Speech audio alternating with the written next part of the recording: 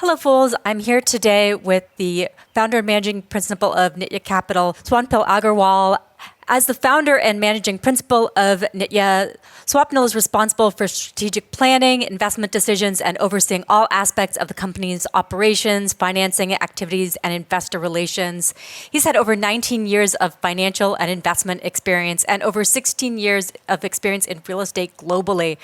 So, welcome. Thank you. Welcome. Honored to be on your show. So you've got a really interesting background. You were born in India, but you came to the U.S. as a teenager. You settled in Houston, which is a very interesting real estate market. Is that sort of where you started thinking about real estate? Yeah, I would just maybe spend a couple of minutes giving a background on, I came here in 96. I was a 15-year-old sophomore in high school. And, growing up in India, you would say that, when you think about the West, because India is a developing country, as you think about the West, you're thinking about prosperity, happiness, people are very well off. And really the truth couldn't be much further away when we came to, United States and an immigrant in the 90s. So we moved to Houston. I grew up in, what do you call it, Class B and C multifamily apartments at which is what the investors have been buying lately, right? So I grew up in those same communities. So what, first of all, shaped my vision before thinking about that I want to own these real estate is how can I make these people's living conditions better, right? That was my aspiration, right? In going into real estate, learning finance, because I wanted to improve the living conditions of middle-class families of America. And that's the idea that I conceived at that time, which I'm lucky and fortunate enough that I'm able to implement and have a platform of, Neta Capital, where we have now, I would say, 25,000 apartment multifamily units across the country. And really, we think of ourselves as, a multifamily value add impact fund. We're not just looking at one aspect of, the wealth and then growing profits for investors. Obviously, we consider ourselves one of the best fiduciaries of our LP's capital because we have, we think of how to maximize the returns at any given point in time. But we're more than just an investment firm, right? Where we are a full, 360 degrees, right? We're creating communities, improving people living conditions. We opened a free healthcare clinic a couple months ago for our tenants. So we're trying to build these communities, and then in turn that will automatically result in a great financial returns and outcome for all of the stakeholders involved. Fascinating. Yeah, I'd love to know more about the clinic, and we can talk a little bit about that later on. But in terms of multifamily, there's such a demand for workforce housing. How did you come into real estate? You started off with investment and energy first, right? Yeah. So out of college in 2003, I went to UT Austin. I majored in finance and I wanted to be in investment banking. I got an opportunity with one of the very boutique, prestigious investment bank in Houston called Simmons and Company. Did my analyst program there. And then, I was this 2006 era and, I graduated my college degree in a couple of years in investment banking. I wanted to be on private equity side, but I didn't enjoy oil and gas, to be honest, because I didn't think I could add enough value to it. I wasn't an engineer, and I was, I basically was a dummy that take the numbers from the engineers and put it in the financial model, right? So I didn't think I was adding enough value. I wanted to be in real estate as I, always had aspirations for it, and obviously real estate finance made a lot of sense for me. And that's an opportunity came from a global private equity fund called Forum Partners, which had just, raised a $700 million Asia-specific real estate fund. And, I was 25, 26 and got an opportunity to open an Asia office for them and deploy, $700 million of equity capital across Asia Pacific. And so I thought it was a very, very interesting opportunity. And that's how I forayed into in the real estate world. And I spent 7 years there, from 2006 to 2013, and before I started Neta Capital. Awesome. Wow, that's an early age to have that much financial responsibility. What did you learn from development on internationally that you've brought into Neta Capital? I think what I learned in Asia and investing in Asian companies and just traveling the world really is beyond something that I can measure, right? I think it plays a huge impact and role in terms of what I've become and the business I've created.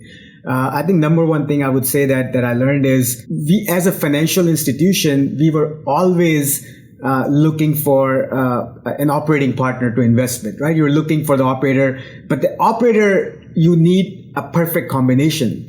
You need a combination of an operator that is financially savvy, who can talk to these institutions and financial institutions, raise the capital, talk in the language like what the financial institutions like to talk in, like in terms of IRR, equity multiples, and so forth. But at the same time, be so hands-on when it comes to property level, property management, right? Managing these assets, making sure that, these assets are being, managed and operated at the optimal level. So I think that finding that combination was always very, very difficult.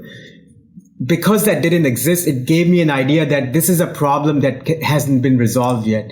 So I created Neta Capital, which is a vertically integrated platform that not only raises capital, but we do our own in-house property management. We do our own in-house construction, renovations, marketing, social media. I mean, literally, it's a platform where we have taken every aspect of owning a real estate as a one-stop shop, right? That's one thing that I learned being in Asia. Second thing I learned is when you're investing, the investment is more than just the numbers and the presentation you see, right? You're essentially partnering with, you're having a new partner, you're investing in a new project.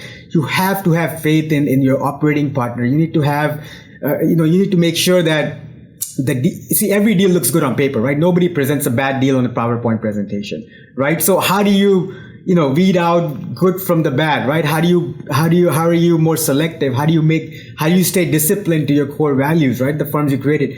Those are the things, the aspects. And then, just traveling in Asia, learning about so much culture and the backgrounds, just really expanding the mind, the horizon of the mind, and and what has done is given me an ability to see from different perspectives, different, here in America, you give a business card, you throw it across the table, right? In Japan, people have to bend down halfway and present their business card. It's like an honor for the person to accept their business card, right? These are the things you learn. You get to meet people, you learn to read people, the etiquettes, the mind, the eyes. So I think those are some of the immeasurable things, but that makes a huge impact in terms of, who I am today and the platform we built. Interesting. So you mentioned earlier the idea of workforce housing and having healthcare clinics. What is your ultimate vision for Neta Capital and also for the types of properties that you want to own? Yeah, so I would say that in our last 9 years of history, we have now transacted over 120 acquisitions we've done, which is over $5.5 billion of deals. We have recycled or we've exited $2.5 billion worth of assets and generated, annual profit or annual IRRs of 28% and 1.6x multiples. So we've never had a single deal where we've lost money. We've never foreclosed on a single property. We've never done a capital call ever once we've closed a deal to our investors. So this is a track record we built. We currently have $3 billion in assets, 20,000 multifamily units, about 8,000 student housing beds. We have 1.5 million square foot of commercial space, about 400,000 square foot of retail. But I would say that, our expertise, we are a multifamily operator and an investor, right? So we will continue to be a big player in that space. I would say what's unique about us is, we're buying portfolios in today's day and time. We closed a $500 million portfolio March 14. So we're essentially a private enterprise, but playing in an institutional space, right? Where I would say 85% of investors are retail high net worth accredited investors in America. Right. So we have a very different investor base than a lot of these companies, or actually 99% of the companies that become of our size are usually backed by institutions, right? But we've created this platform just from high net worth retail capital, and we continue to perform for them. And so we think our expertise is being nimble, having ability to take educated risk, move fast, because a lot of these institutions cannot move fast enough when they're, buying these portfolios. But as a private enterprise, we are usually able to take quicker calls, put up non-refundable deposits to secure these deals. So this is the niche we're in. So I would say, I don't really set goals in terms of how many units or what the AUM I want to have in life.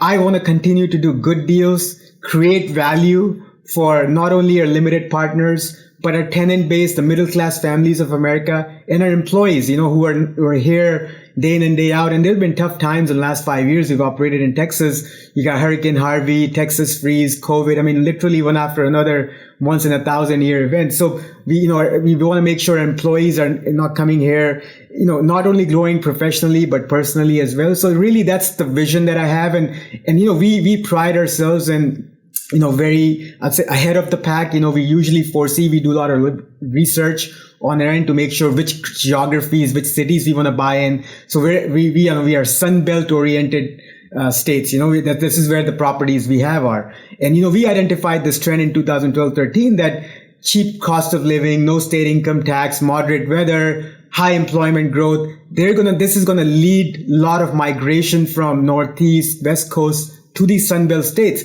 At that time, it was a very novel concept. Nobody was talking about it, right? But now with COVID, you've seen everyone is talking about it, right? You're seeing millions of people, 100,000 people moving every year to Texas, Arizona, Florida, and COVID just expedited it. So we identified that trend much early on. Right. Recently, we've been buying a lot of student housing assets because we see an opportunity in there. The cap rate spreads are much higher than conventional multifamily assets. Right here, we're buying class core A assets near top, Power 5 universities across the country, walking distance to campus, and we're buying them at over five cap rates. Right. Whereas conventional multifamily assets are trading at 3 cap rates. Right. So the point I'm trying to make is, I don't have a certain number of growth because we are dictated by the market, right? We're opportunistic. If an opportunity presents itself, we'll be very, very aggressive, but we are not afraid to take bold decisions. For example, recently, where the market is today, where the interest rate, the inflation, we think that the pain is going to get worse, right? So we put our acquisitions on hold for now because, Fed has no choice, right? The inflation we haven't seen an 8% inflation in the last 40 years. And now it's a completely new regime. People don't know what to do. Supply chain issues still exist. So till the inflation comes down, they're going to keep raising the interest rate. Interest rate is going to keep going up, which is going to put a lot of pressure on the multifamily or the housing market, because what people have done is you've seen tremendous amount of volume and price increases in the last 2 years when it comes to single family homes or multifamily apartments. And it's just going to be impossible mathematically for those owners to keep up with their DSCR ratios. They're going to start breaking loan covenants. So I just don't know how bad it's going to get. So we're on the wait and hold strategy. So that might, original goal this year was to do 3 billion in acquisitions. We might only end up doing billion in acquisition, but that because the market is dictating that move. That's really, really interesting. I kind of want to zero in on that because it seems like multifamily valuations have just been getting higher and higher, and there's a lot of concern about that. So you're pausing acquisitions. What will you be looking for to know when it's time to get back out there? I think a lot of that is going to get dictated by macro, how the macro circumstances change, right? I think, I think it will be a mistake if you just focus on real estate or stock markets in general. I think you would say, it just comes down to how quickly the inflation can come down, right? If inflation is not showing any signs of coming down and you have your oil price, which is, $110 right now, and you still have China lockdowns, you still have war. So a lot of these macro events are going to have a huge role to play in terms of, trickling down ultimately what happens in real estate. So, and I still think that real estate operators haven't seen the pain yet. Right. They're just in the early phases, right? We're doing a lot of larger deals. We're closing a lot of larger portfolios. So we talk to a lot of the capital markets consistently, and we are starting to see that now. And people just don't realize how painful it's going to get. So it's hard to say timing wise. And it's directly correlated to how fast the inflations can come down. And so that if the Fed is going to continue to increase the interest rate, it's just going to be hard for anyone.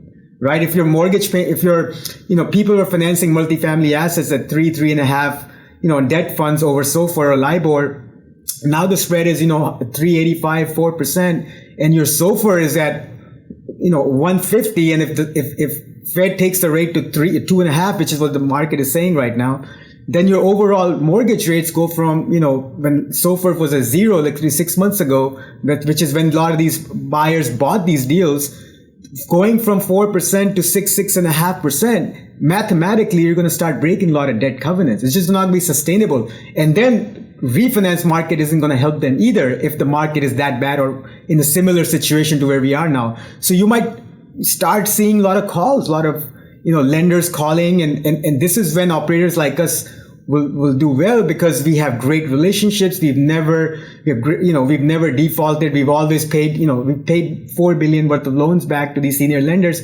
So we get those first calls if the property is in danger. That's when you'll start to see that the time is coming to buy properties. Interesting.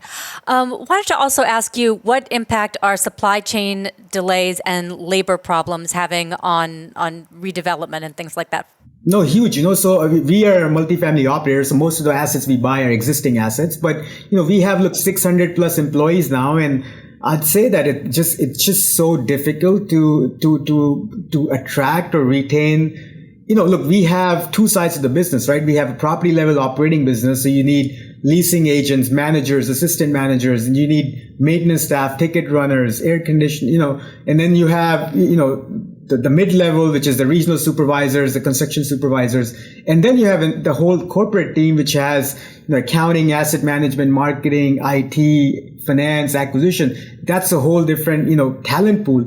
And I would say in every aspect, whether it's a property level talent or whether it's a corporate level talent, it's just so hard to, people are just moving a lot, people, getting hired. But, so it's difficult to, at this time, I would say we have over 30 positions open. It's just at every given point in time, you have people coming and going, and I hope it gets better. As the Fed starts to tighten these rates, unemployment is going to come down, right? We're starting to see the signs of that, where people are starting to, lay off, because, the fact is, last 1 year, you had, people getting sign-on bonuses. A manager that used to make $40,000 to $50,000 annual income are making $75,000, $80,000 now, right? And ultimately the property has to take the load because it's an operating expense. So again, it reduces the profitability. So we're starting to see. I would still say over the next 6 months, I feel that it's going to get better, but currently it's quite bad. Interesting. So you mentioned you're involved in the Sunbelt, that you have a lot of properties there.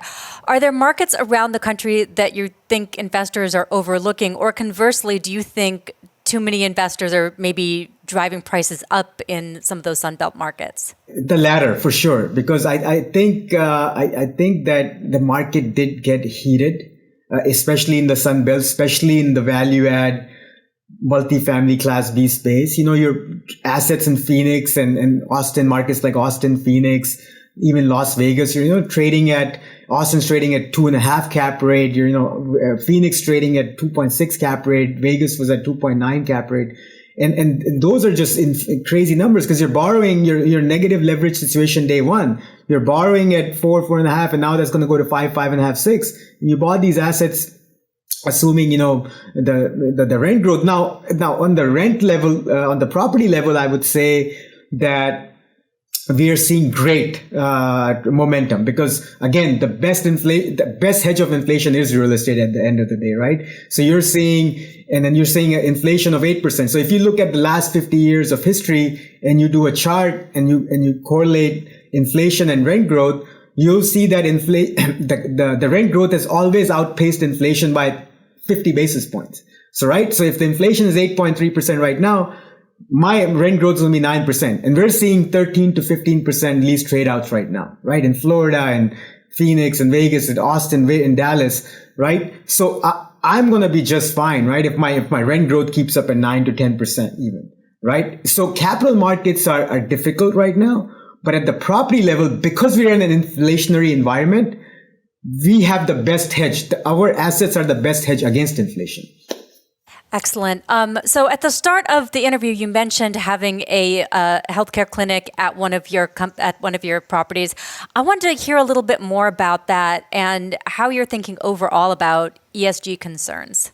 Yeah, look, I think ESG is a very important aspect to our business, right? And I think before ESG, the term became popular recently, a whole concept of Neta Capital was always to be an impact-based, firm. So, we have a foundation, called Karya Cares Foundation, which, I would say that has undertaken some amazing projects, for our tenant base. We have a free healthcare clinic. We gave out almost $4 million in rental assistance. I announced on March 1st, 2020, when, the world shut down because of COVID, So anybody who's lost jobs, our foundation will cover their rent for them if they've lost their jobs. We, give free swimming classes to kids every summer because swimming is the number one drowning reason, for, at apartment complexes. We have English classes, immigration help, healthcare seminars. We partner with different organizations called Be a Champion, which gives free meals to the kids during summer. Then I'm on the board member of Interfaith Ministries. We have a program where every senior citizen at our properties get free meals daily. So these are some of the programs that we are part of. We house and engage a lot of refugees that have moved from Afghanistan recently and Syria in the last few years. So we give them employment opportunities. So we have great programs. We are an impact fund. We're really trying to change people's lives because really, the living conditions of some of these properties, aren't that much better than what I was growing up in India. And India is a developing country. So we have much different mindset when you think about American living conditions. So, people focus a lot on, value add, these days, and value add, they'll do granite countertops and new swimming pools and whatnot. For me, the value add is three things: a nice, clean, safe place to live, right? Security is a huge issue in these properties. Cleanliness is a huge issue. So we focus on the basics that itself is a great value add from where the properties are right now.